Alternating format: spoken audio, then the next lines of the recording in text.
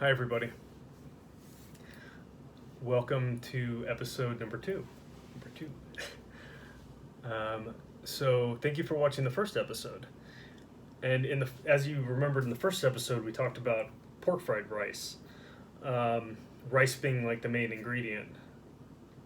So I thought that maybe I should do a video on making rice because a lot of friends and family have told me that they don't know how to make rice or that it's maybe too inconvenient for them. But if you go to the store, if you go to like Ralph's or Trader Joe's or Food for Less or Vaughn's or whatever, you can get like a 5-pound bag of white rice for a couple dollars, maybe $3 or $4, maybe $5, and you could probably have enough rice for like a month and a half.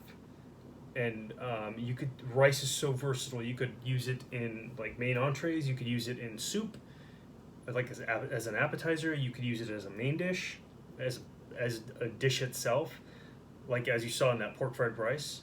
You could use it in dessert, like a rice pudding, or like like a rice and I can't even think right now, but. My point is that rice is one of the most universal foods and versatile foods in the world, and that's why I figured we would make an episode on rice. So what we're going to be doing today is we're just going to be doing like just a basic how to make rice episode. So we're just going to make a small amount, but today's episode is actually going to feed into tomorrow's episode, which is going to be like a casserole. It's going to be like a cheesy rice casserole, but I'm not going to tell you too much about it. So what we're going to be doing today, I'm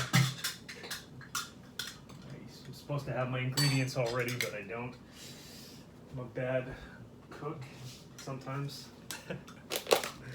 I keep my rice in like this old cottage cheese container because it's good storage for it. So yeah, so basically it could be a little bit more, but basically like 1 cup of white rice.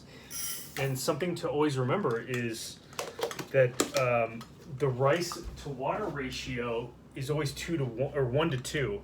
So 1 cup of rice to 2 cups of water, or vice versa. 2 cups of water to 1 cup of rice, because that rice absorbs so much water, and it takes a lot of that to cook the rice, as you're going to see in the video. So, got my Brita water filter and my my measuring cup, and I'm going to put. It doesn't have to be perfect, but 2 cups. I like to use purified water. That's just me.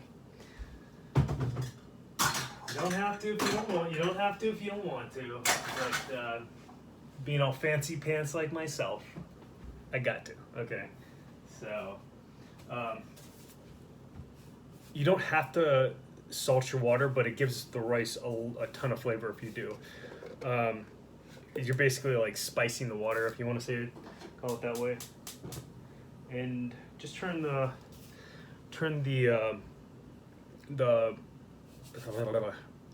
stovetop on like medium heat, and make sure you have a spoon with you to stir the rice continually, and about maybe 1/4 teaspoon of salt. So I'm not going to measure it out, but just enough to like flavor the water. Because I'm going to add a little bit of, I'm going to add some olive oil too, probably about maybe 1.5 tablespoons, just to separate the rice a little bit when it's done cooking and during the cooking process. Always stir it up because you're mixing the water, the salt, and the olive oil, which is super helpful. And then my secret ingredient, which I don't tell most people, but I guess I'm gonna tell the whole world: chicken bouillabaisse. And you could use beef bouillabaisse too, but I don't eat too much beef. But I figured chicken bouillabaisse is a little bit better. I've even got some garlic bouillabaisse. I'm probably gonna add a little bit too. But don't add chicken bouillabaisse if you're gonna be cooking like a dessert or something, because you're gonna have chicken flavored rice. You know what I mean? But chicken is a lot. Like this chicken bouillon has a ton of flavor. You know. So yeah. So basically, you're just gonna stir it up until it. You're gonna let it cook. So. And you want the water to like be boiling before you turn the heat down, because it's gonna thicken up. The rice is gonna like or the heat is gonna like evaporate all that. It's gonna evaporate all that water, and like while cooking the rice at the same time, and it's got to reach a certain consistency before you turn the heat off. And then we're gonna put the cover on, and then it's gonna do its magic. So, 1 second, and I have got another special ingredient which I don't want to tell everybody about, because I don't want anybody stealing my recipes. No, I'm just kidding. These are garlic bouillabaisse cubes. I made rice last week, and I added one of these into it, and it just makes the rice taste so good. So with this, we will have approximately 2 cups of rice. So 2 cups of rice is exactly what we're going for. And we're gonna get some fluffy rice too. So I'm not going to keep this on after we turn off. I'm not going to keep the camera rolling after we we're letting the rice cook, just because I don't want to. I just don't want to like have the camera rolling for like 15 minutes. You know what I mean? But I'll turn it on again once the rice is all like cooked, so I can show you what it looks like. Hope you all are having a great day. I really do. I don't know about you guys, but my days are repetitive and are starting to become very boring. But, I'm not working at the moment because I don't want to get sick, and I think that's everybody. And a lot of people, like, their bosses are, like their work sent them home because of the no work order. So, yeah. But we'll get back to work eventually. I think I'm going to start doing like one of these food delivery services too, just to like make extra cash. Yeah. Okay, you see it's starting to boil right there. But we got to let it boil for a few minutes. That way we can you can start to cook the rice, because it's already cooking the rice right now, but it really starts to cook the rice if you let it boil. Once that boiling happens, the boiling is the magic, as my southern friends say. So, sorry, I'm a joker. So, yeah, there we go. People have been cooking rice for thousands of years. Why stop now? You know what I mean?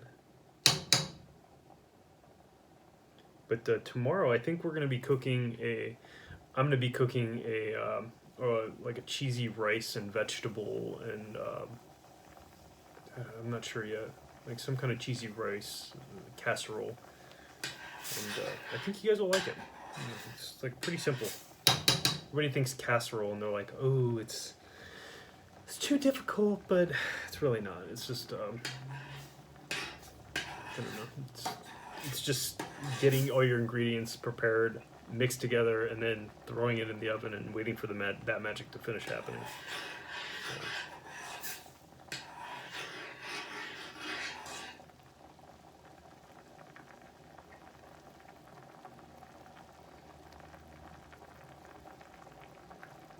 See how it's starting to boil up right there and froth up?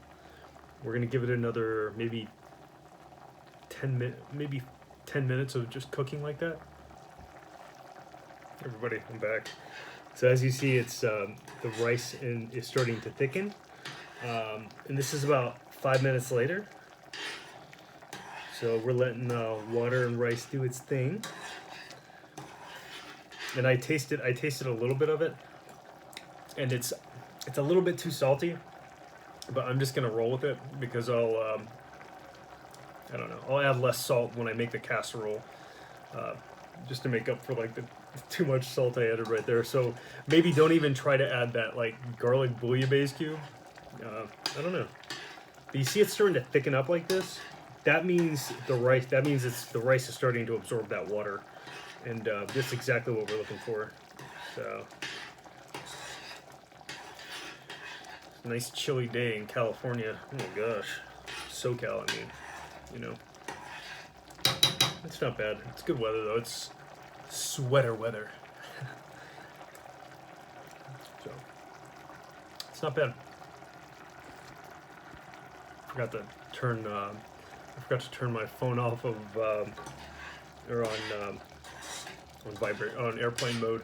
I keep on getting notifications, which is good because we got to live our lives, you know. You know, maybe I didn't add too much salt, but it tastes phenomenal.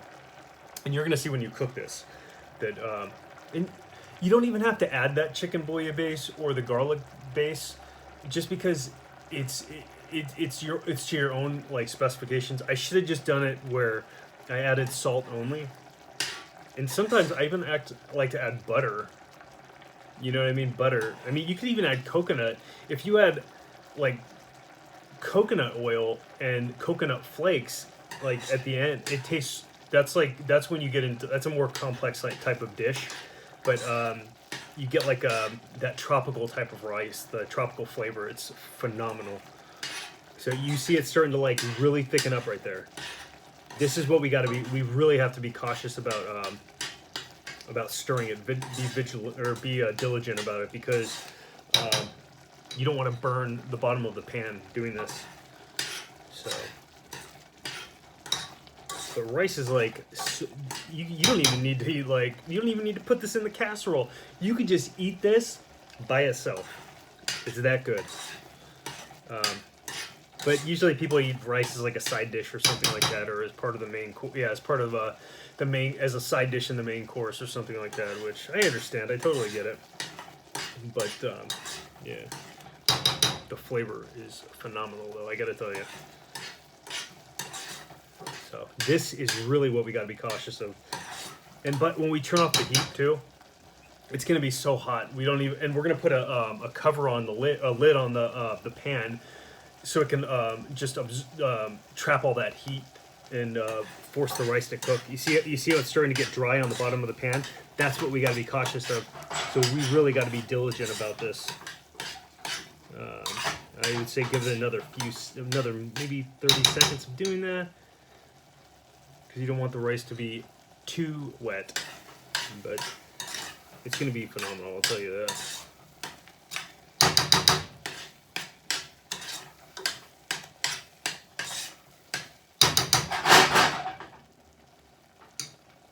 Ooh, it's getting there. Okay, I think that's good enough.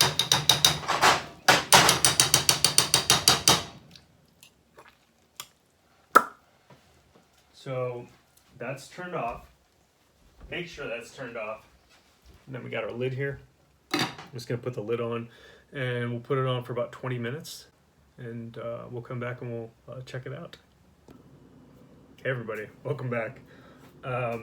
So it's been like 20 minutes, and now we get to check it out and see what it looks like. Once again, I am not prepared. I didn't have my spoon. So, hold on one second.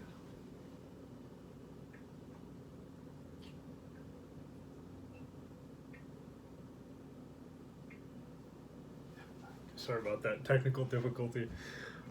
So, are you ready for the big reveal, everybody? Because this is like the defining moment of this meal, of this tutorial video of my YouTube cooking show.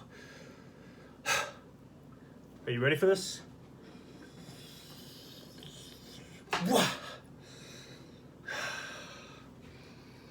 It smells good. The rice has absorbed all that water, or most of it.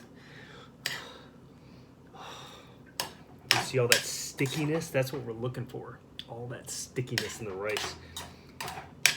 And I'm kind of that's what I was talking about with the olive oil. When you add like olive oil or coconut oil or even butter. Butter is phenomenal when it comes to this. You just get this, like, the rice gets separated, and it helps it cook, and it makes it taste phenomenal, and it separates it.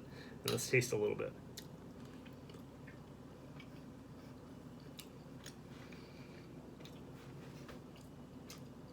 Yes, that's it. And I'll admit, it is a little over salty, but it's not bad. And like I said, tomorrow's recipe, it's going to be a rice casserole. And with the rice, notification. With the rice casserole, I'm going to add less salt to it. In fact, I won't even add any salt to it because this is good enough. So,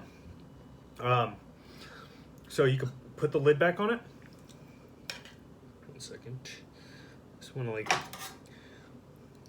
check it out so everybody can see it and the glossiness in it. That's what rice is. That's what good rice tastes like and looks like. But this is what it tastes like. That's really good.